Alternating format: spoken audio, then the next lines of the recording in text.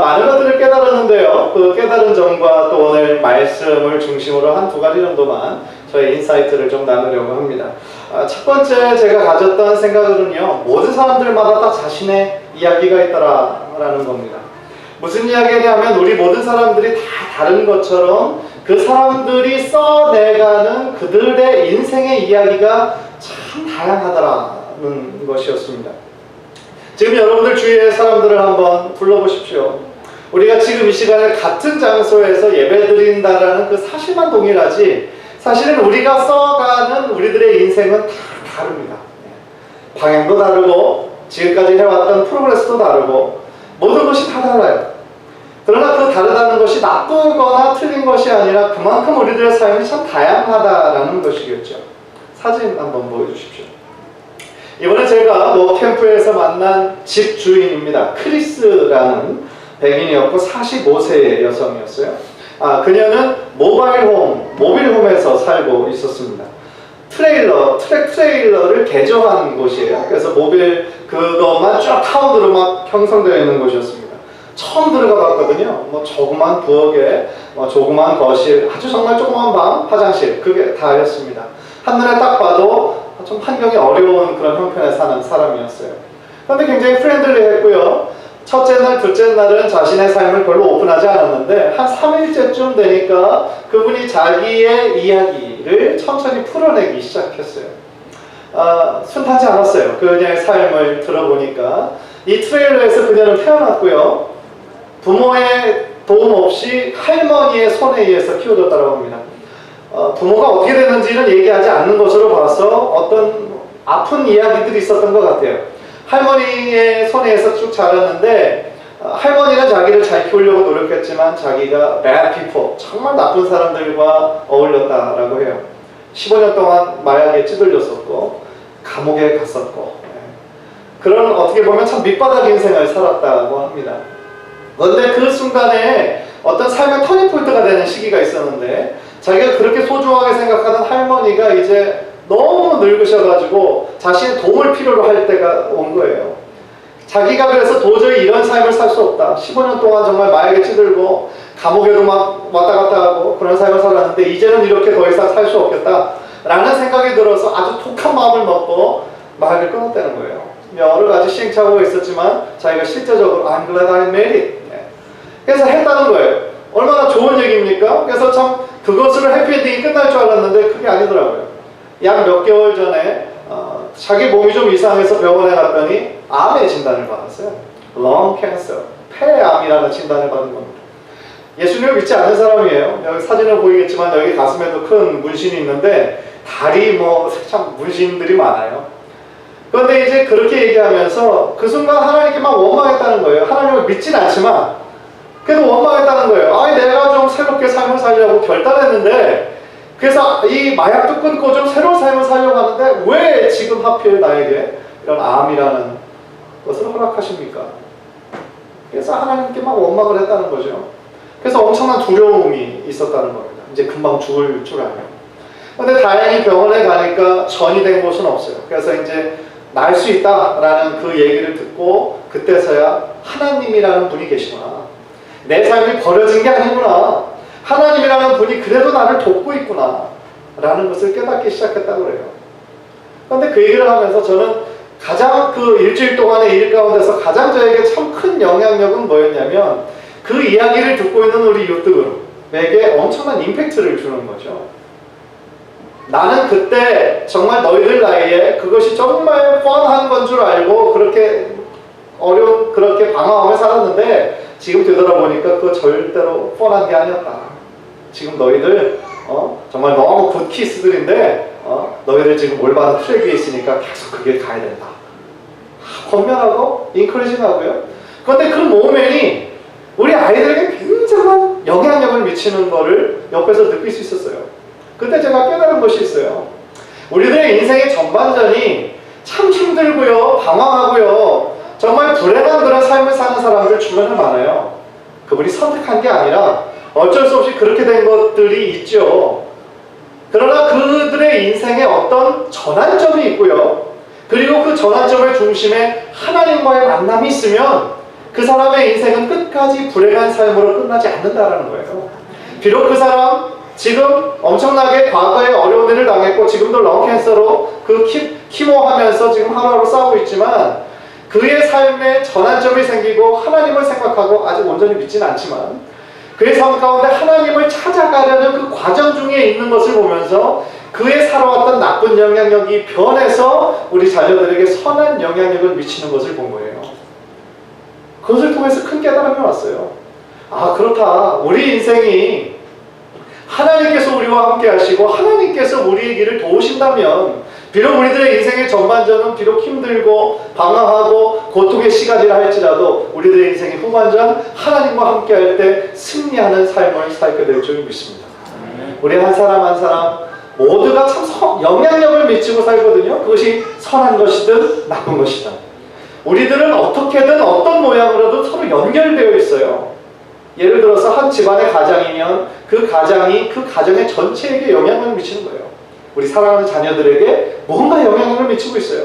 그분의 직장에서도 그분의 주변 사람들에게 엄청난 영향력을 미치고 있는 거거든요.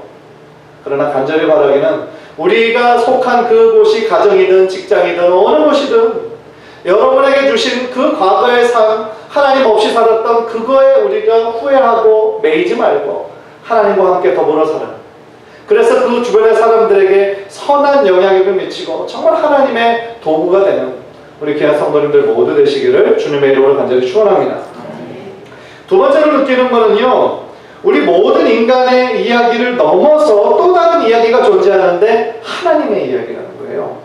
모든 인간의 이야기, 우리 모든 인간 얼마나 다양합니까? 이 자리에 모인 80여 명 성도의 각자의 삶의 이야기는 참 다양한데 그 이야기를 초월하는 하나님의 이야기가 있다. There's God's story. 그 하나님의 이야기는 어떤 겁니까? 성경 속에 다 드러나 있어요.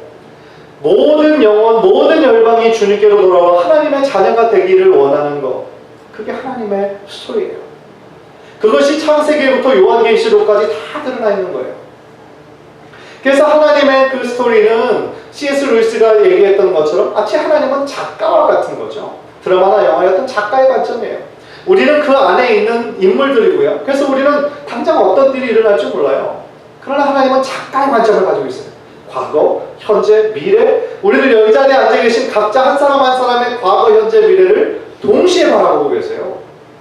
그래서 우리는 당장 내일을 알 수 없는 연약하고 한계 있는 인생이지만 우리 하나님께 우리들의 삶을 모든 것을 맡기고 그분께 헌신할 때에 하나님께서 우리들의 삶을 이끌어 가신다는 거죠. 성경을 보면 오늘 본문을 보면요, 아브라함이라는 인물이 등장합니다. 그런데 하나님께서 이 이야기, 하나님의 이야기를 만들어가는데 가장 결정적인 시작점이 된 인물, 아브라함이었어요. 왜냐하면 인류를 구원하시기 위한 그 계획을 바로 이제 아브라함이라는 인물을 통해 시작하시거든요.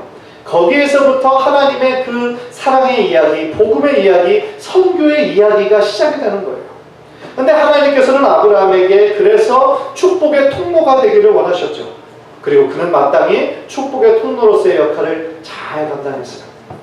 이삭에게 또한 그가 이 갈라디아서 3장 8절에 나온 말씀을 좀 해석하면 좀 시간이 걸리겠지만 그 모든 계획을 이미 이제 이 창세기는 모세가 썼지 않았습니까? 그런데 모세는 이미 믿음으로 그 아브라함이 믿음으로 말미암아 구원을 얻게 된다는 것을 미리 바라보았죠. 하나님의 계획이었고 그것을 후세에 바울이 그것을 다시 구속사적으로 해석했죠.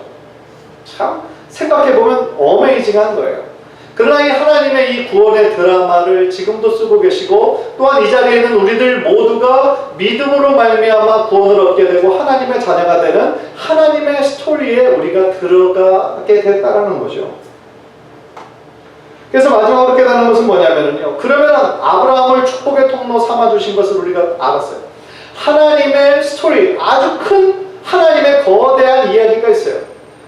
하나님이 세상을 이처럼 사랑하사 독생자를 주셨으니 이는 저를 믿는 자마다 멸망치 않고 영생을 얻게 하려 하심이라고 하는 그 하나님의 거대한 드라마에 그럼 우리가 이제 어떻게 되겠습니까?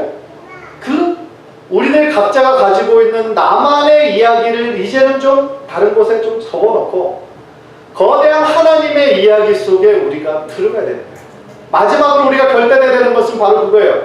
하나님의 이야기에 나의 이야기가 이제는 통합이 되어서 이제 나의 삶이 내가 원하는 대로 살기 원하는 나만의 인생이 아니라 하나님께서 쓰시는 그 거대한 구원사에 나도 조인되는, 그래서 하나님의 뜻대로 순종하고 굴복하는 그러한 삶을 살아가야 하는 것, 그것이 바로 저와 여러분의 인생의 결단이 되어야 될 줄 믿습니다. 그래서 아브라함이 정말 축복의 통로가 된 것처럼 저는 이 자리에 있는 모든 여러분 한 분 한 분이 하나님께서 써내려 가시는 축복의 통로 모두 되시기를 주님의 이름으로 간절히 축원합니다. 우리 한번 저를 따라해 봅시다. 나는 축복의 통로입니다. 자, 옆 사람에게 얘기합시다. 당신은 축복의 통로입니다. 그렇습니다. 만약에 이 하나님의 받은 축복을 유통하지 않느냐, 나만 그 하나님의 자녀가 된 것에 스스로 만족하고 자족하는 것에 머무른다면 그것은 하나님의 뜻이 아니에요. 그것은 우리들의 하나님의 이야기에 조인된 연합된 삶의 모습은 아닙니다.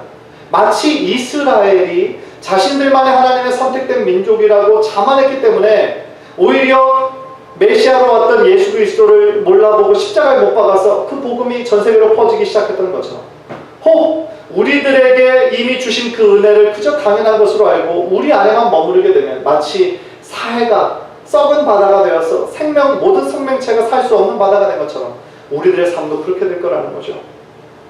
어떤 삶을 살아야 되겠습니까? 하나님이 우리를 축복의 통로 삼아 주셨다면 그 축복을 어떻게 되겠어요? 유통해야 돼요. 다른 사람들에게 그것을 전해야 돼요. 나만 받고 누리는 것에만 머물지 말고, 정말 우리 학생들이 지난 일주일 동안 경험했던 것처럼 리치아웃해서 아직 주님의 복음을 모르고 은혜를 모르고 예수 그리스도를 모르는 그 사람들에게 리치아웃해서 우리들이 할 수 있는 일로 말미암아 그들에게 임팩트를 주는 거죠. 너희들 왜 이런 일에 돈 받는 것도 아니고 왜 사서 고생을 해?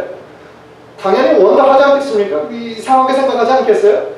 그러나 우리 사랑하는 자녀들이 나는 이거 예수님 때문에 하는 거예요. 몇 마디만 그 레지던스와 나누어도 그 사람들의 생각이 변할 수 있는 거죠. 예수님 때문에 우리들에게 주신 그 사랑을 나누고 우리들이 할 수 있는 선행을 통하여서 그들에게 예수의 사람으로서의 향기를 그들에게 전파할 수 있는 거죠. 그것이 얼마나 큰 임팩트입니까? 그래서 저는 이번 느끼면서 이게 바로 선교구나.